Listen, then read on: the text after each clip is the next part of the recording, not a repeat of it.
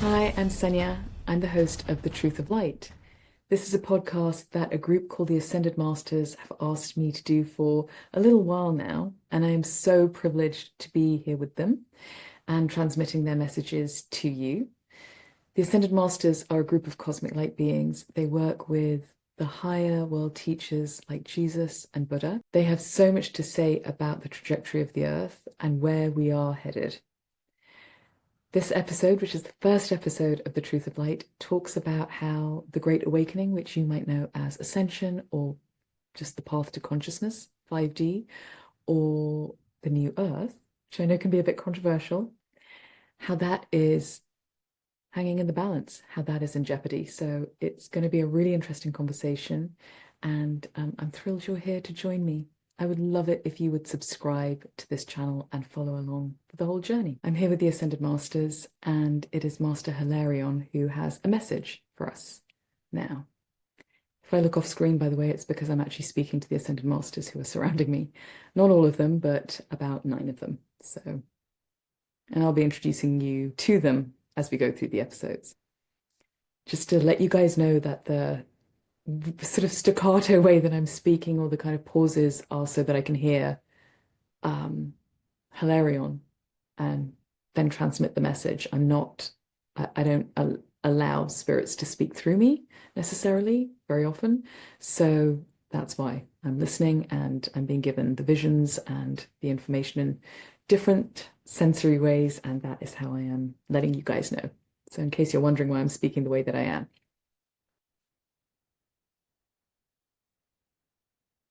They have been waiting for a long time and they've thought long and hard about this, and they have been waiting for a long time to transmit this information. They have been asking me for 2 years, and I have been, I guess, also thinking long and hard about it. The information that they're here to share with everyone is more important than we could possibly understand at the moment. And they're hoping that by allowing this information to be accessible, by explaining to people how the mission works, is what they're calling it, and I'm sure they'll clarify what that means, what the veil is there for, and what's happening on the other side of the veil, if you like. They're hoping that they're sort of letting people into a level of accelerated consciousness simply by the knowing. It's like you can get there faster because you can see where you're going. You're not sort of, we're not just kind of feeling our way around in the dark.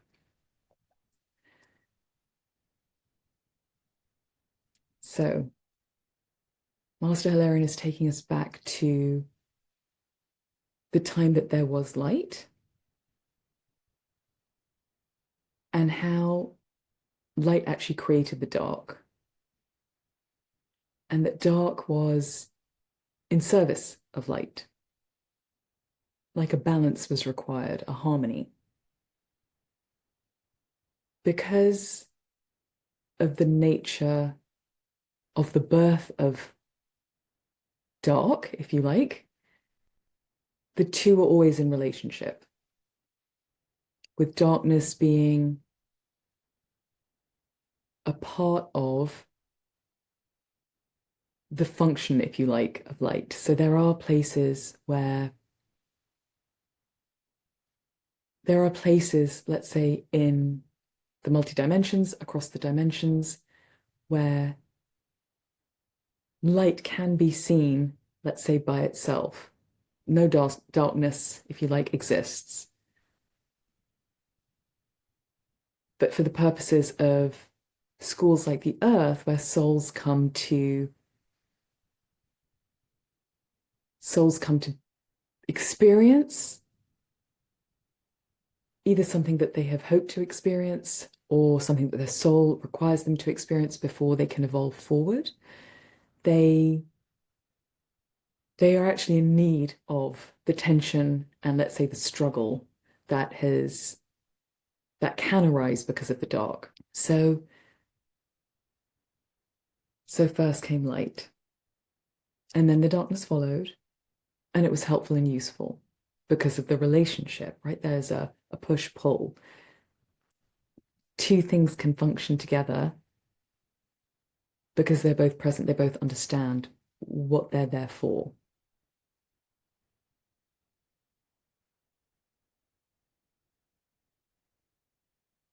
And then, I'm not sure I want to say it quite like that. Then the exactly what Hilarion is saying is that then humanity has kind of decided to go off the rails a bit on this particular in terms of the balance between light and dark. I mean, I'm saying it, it's not like it's not extremely evident to us when we look around, right? So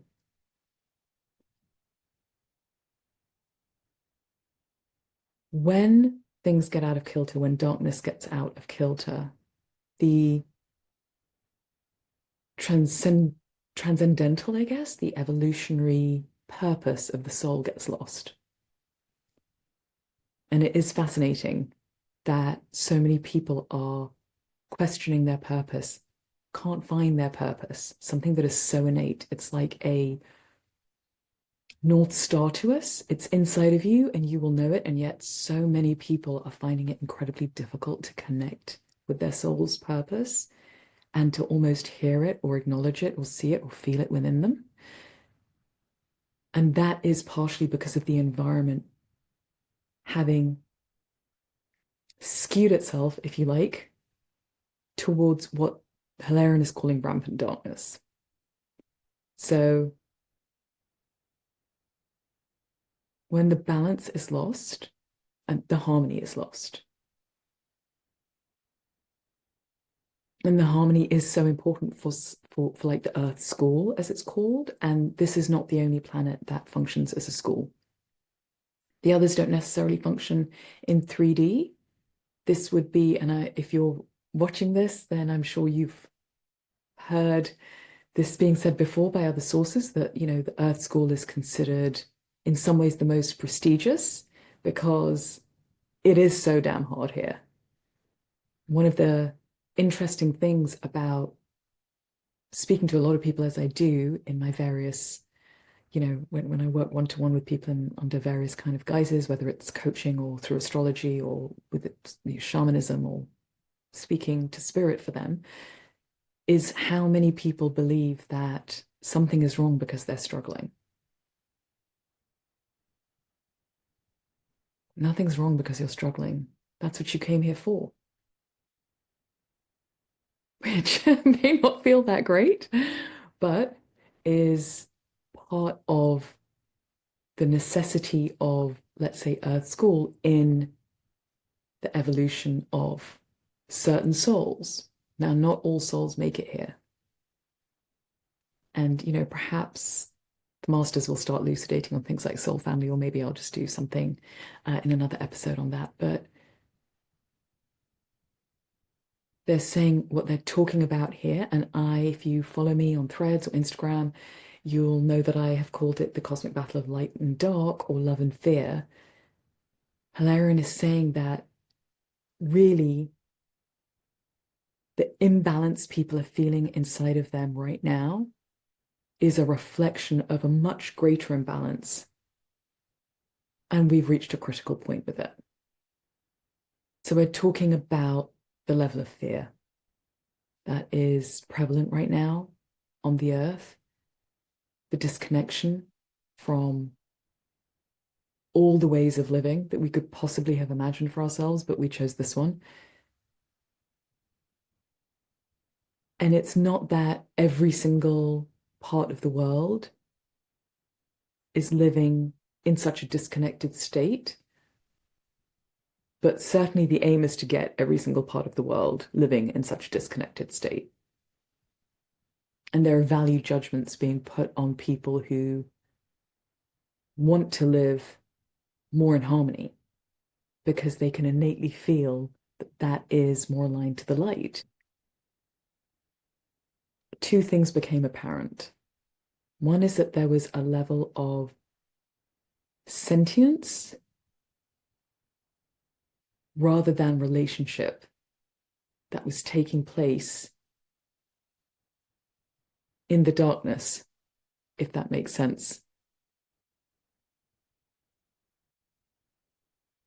He's saying he just wants to reiterate, because this isn't really about fear mongering, it's just currently information. It's like he wants to give you guys the behind the scenes of what's actually happening so you get an idea of, let's say, the landscape that we're working in.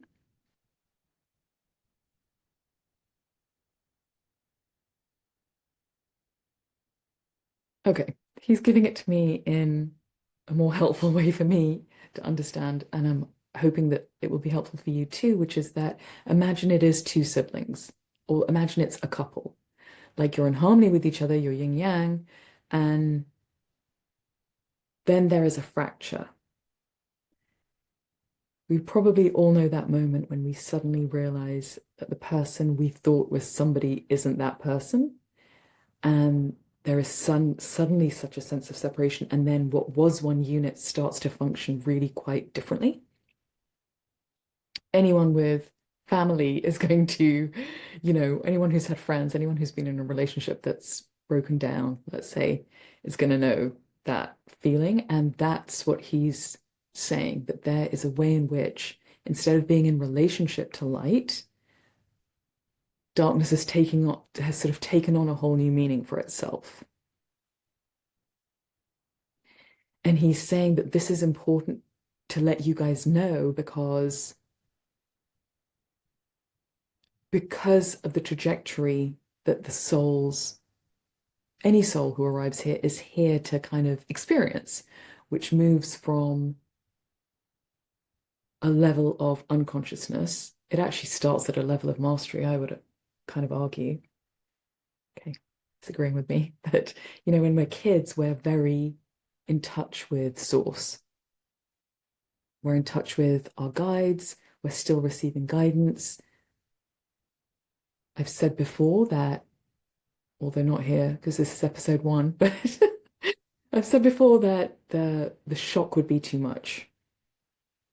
If a soul comes through and the veil just dropped, it would be too much of a disconnection. So there is time for the soul to sort of settle in, if you like. And some souls don't, and that's okay. If the soul chooses to continue its earthly journey, there does come a point where the veil drops and sort of thickens, if you like. There's an opacity. For some of us, that happens more densely than others. For most people, it happens more densely than others. But, you may be one of those people who has always been connected to source and knew it. If you're like me, you will have been part of a family that was not, so you know the experience anyway, even if it hasn't been yours. So the trajectory then moves the soul through a period of unconsciousness. That's the struggle and the difficulty. That is the lesson. In some ways, it's the joy of being alive. I mean, I don't know if I'm moving into something that's personal or too personal. It isn't for me, and I'd love to share it, which is that I remember being at my mum's bedside as she was dying, and she was really just maybe hours away from going into what they call active dying, where she closed her eyes and then her body started to disintegrate itself, shut itself down, allow the spirit to pass. And I remember feeling a lot of grief, anticipation, sort of being a little bit in wonder of this soul experience with this person who just was facing their end. There's like a mastery that you see in that person just when that moment is starting to happen. Like you can see the spirit inside that person because the body knows what it's doing, the soul knows what it's doing. And there was such a sense in me of, I can't believe I get to experience this. It was fairly associating and fairly excruciating. She's my mom. She'd been ill for a long time. It had been very hard going on me because I had been the person to take her through that. But at the same time, there's that moment of I get to experience this incredible sensation of sorrow. I get to experience grief. I get to experience being with somebody as they are about to return home. Those are such huge feelings and experiences, but that is part of the joy of living, even though I think what is going on when we talk about the disconnection of humanity is that those rites of passage, which would have been so sacred and honored and so pivotal in the human, life trajectory, that's so pivotal in life, are now bad. Sadness is bad. If you're down, if you're going through something that's difficult, oh, it's going to get better soon. It's like, well, that's also part of the reason why you're here, and that's part of the path to transcendence. And if there is not the willingness to allow ourselves to go through that,